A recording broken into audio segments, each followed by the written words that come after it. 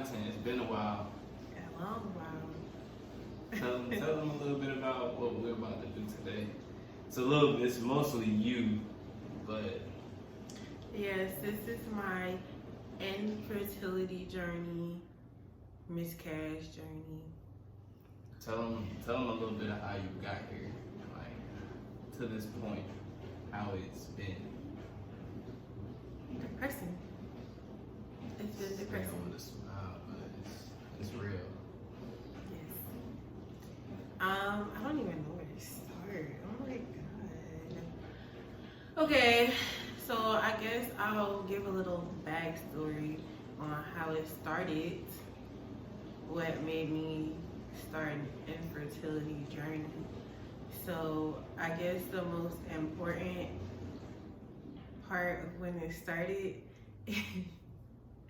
was in 2017 when I had a miscarriage, and that's just basically where it started.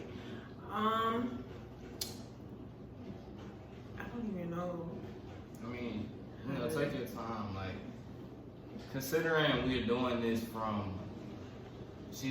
from, strictly from her memory. Yeah. It's gonna be a little jumbled up, but take your time. Okay, so in November of 2017, I had a miscarriage, and it was kind of the start of like my journey in depression, because it's just like I never thought I would be the type of person that would just continuously have recurrent miscarriages, and I always wanted to be a mother. Always, I knew since I was a kid that I wanted to be a mother. So it was just like very painful, honestly. What was that, 2017? Yeah, it was. It was very, very painful. So I guess, but in May of 2018 is when I had another miscarriage. So that's 3, right? Yes. As y'all can hear, it's piling up. I had another miscarriage. It was a very depressing time for me, honestly, because I really, every time I got pregnant, I just was never like, dang, I'm pregnant. Like, I automatically got excited because, like I said, I always wanted to be a mother. So every time I got a positive test, and then I went to the hospital or a doctor's appointment, and they told me it's a miscarriage or like it's a chemical pregnancy, like that really hurt me.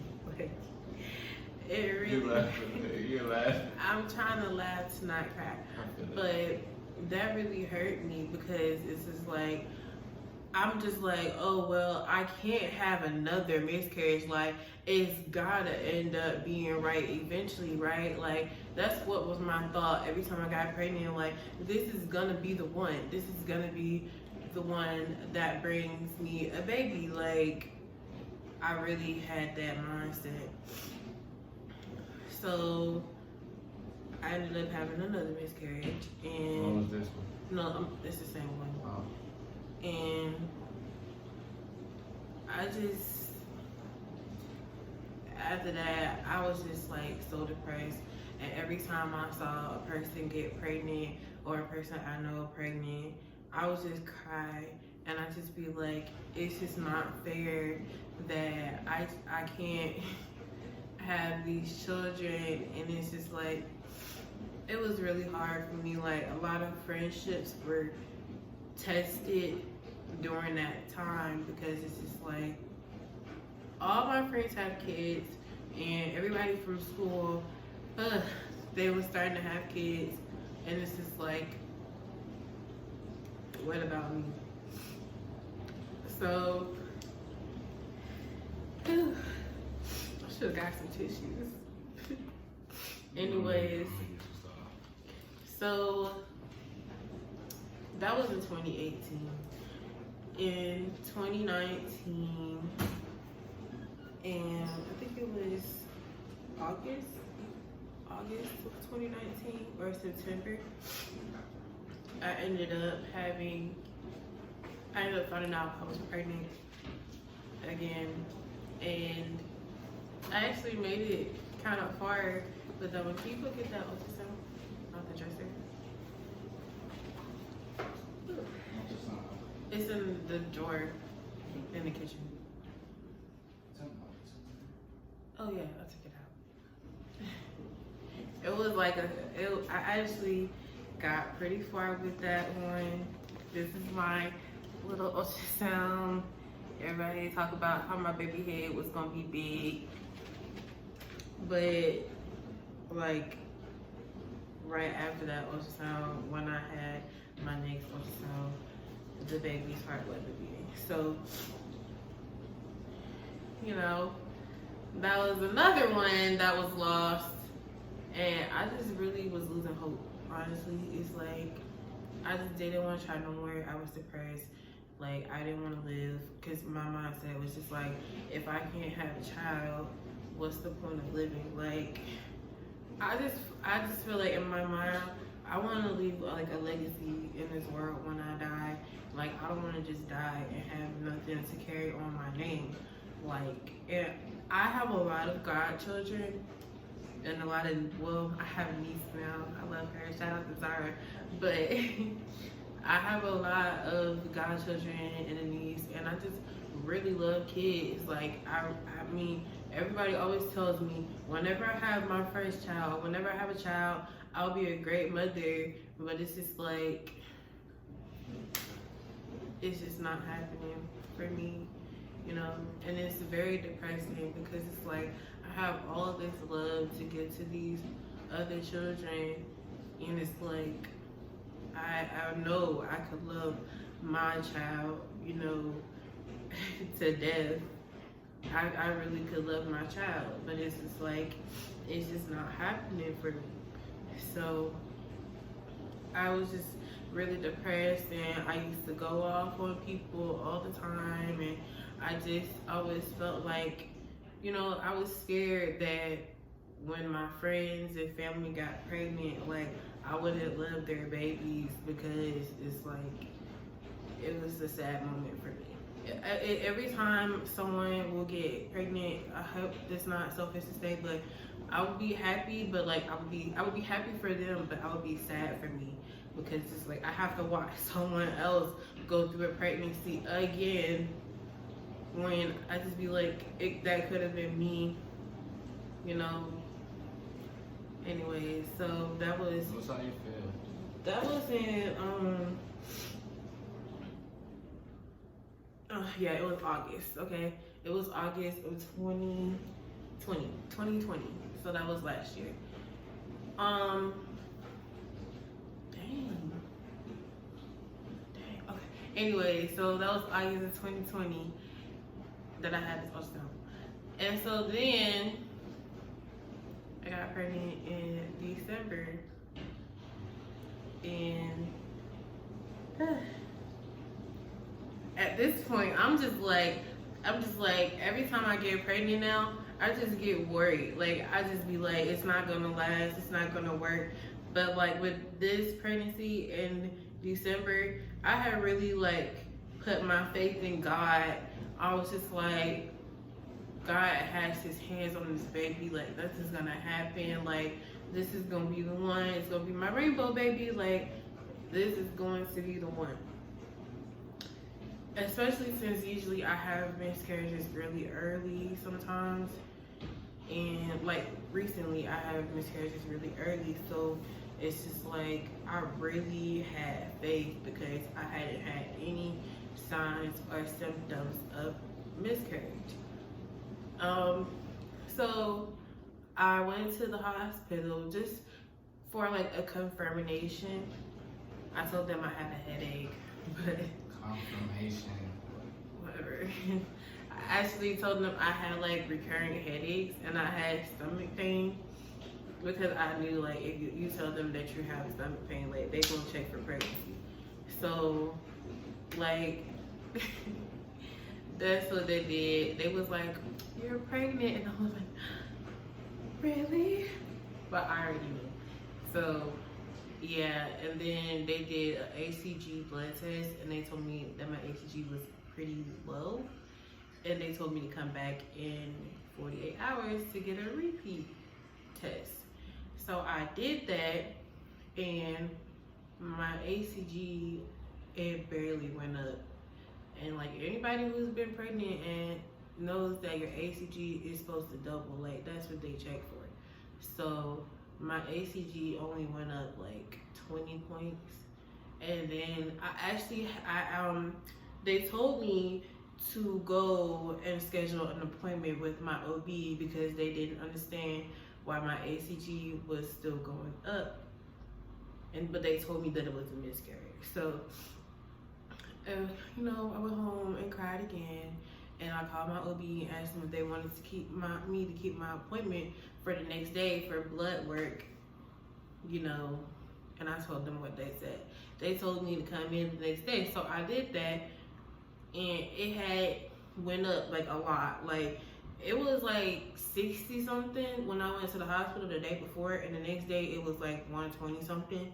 So after that, I just had to keep doing repeat blood tests, and you know, eventually it got to the point where they would be able to see something on ultrasound if it was a healthy pregnancy. And I had to go through a lot. I really felt like I was having an ectopic pregnancy, but every time I went to get checked up on that and stuff, they would always tell me I was overthinking it or I was over worrying. Mind y'all, I know my body really well. So it's just like, y'all are trying to tell me that I'm not having an ectopic pregnancy, but I know that I'm having an ectopic pregnancy, which was confirmed when I was supposed to be 8 weeks that I was having an ectopic pregnancy. So that was another loss. What could have been that didn't work out. And they didn't, mind you, I found out I was pregnant on like in early January.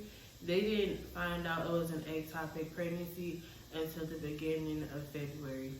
So yeah, I had to go through that for weeks. And then I believe like I'm remembering, and then my ectopic pregnancy didn't end until like May. I had to say like May, early June. My ectopic pregnancy did not end until then. I had to get the methotrexate shot, and yeah, I was really scared during the ectopic pregnancy because if anybody doesn't know, it can make your tube rupture and you can bleed out. Like you can bleed from the inside out and die. So I was very concerned about that. But thankfully, that did not happen. I just got a shot to end the pregnancy. And so then I moved to Atlanta. I moved back home, and you know, me and my hubby, we got pregnant again. This is the last pregnancy. In June. Wait, no, it wasn't in July. But we found out in August, and right? Which one are you talking about first? No, the last one. Oh, the last one. I want to say it was in August. Yeah, it was in August. So I found out I was pregnant again, and let me just put this out there. It's really tough to tell people that you're pregnant and then like right after that to find out that you're miscarrying. Like a lot of these times that I was pregnant, I didn't tell anybody because it's just like, I just felt like it was gonna end. Like I had faith.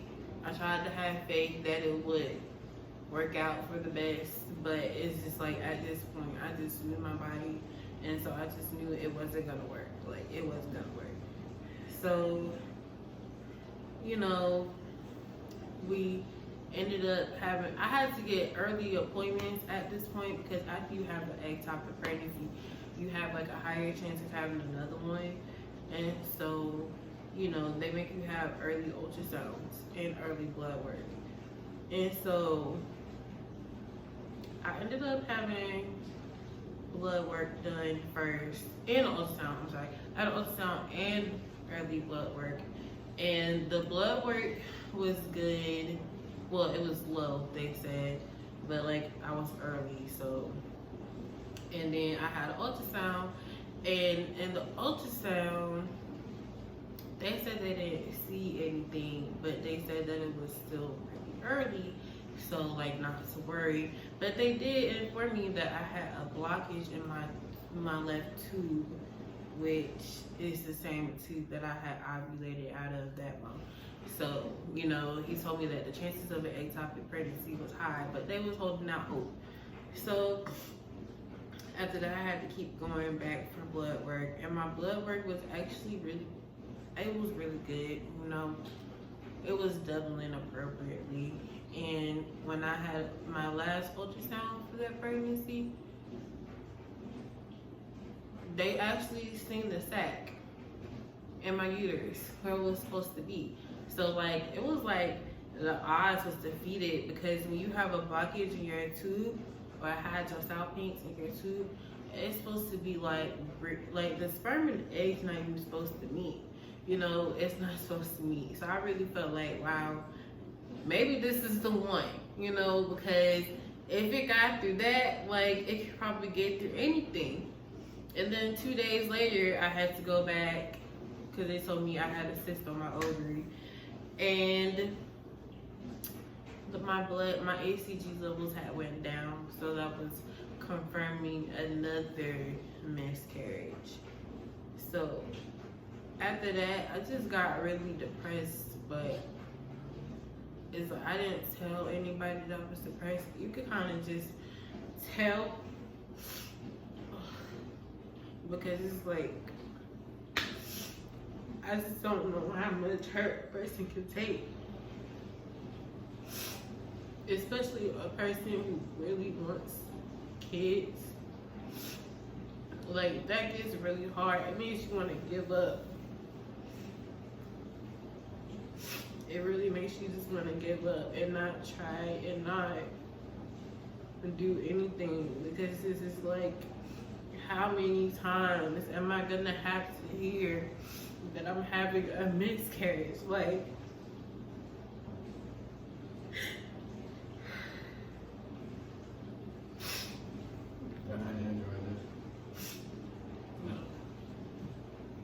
it's just like, how many times am I gonna have to hear that? Like, it really hurts, because it's like, it's just proving what I already feel when I'm pregnant.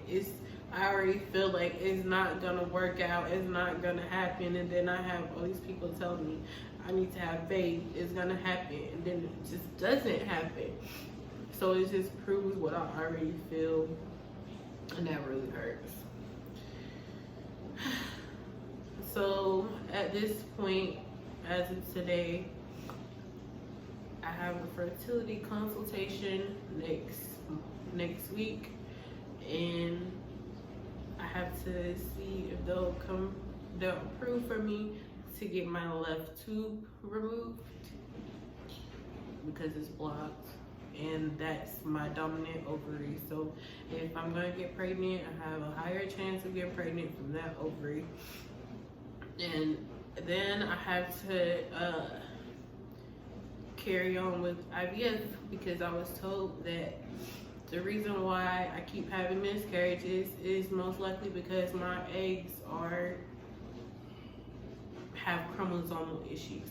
So they have to take out the good eggs and the bad eggs, and well, basically take away the bad eggs, put the good eggs back in me, and we have to do it the IVF way. We can't do it the regular way. So thank God for my job, because they pay for that. So yeah, I'll have an update about, you know, my consultation soon. And that's pretty much the end of this video. So thanks for watching. Bye.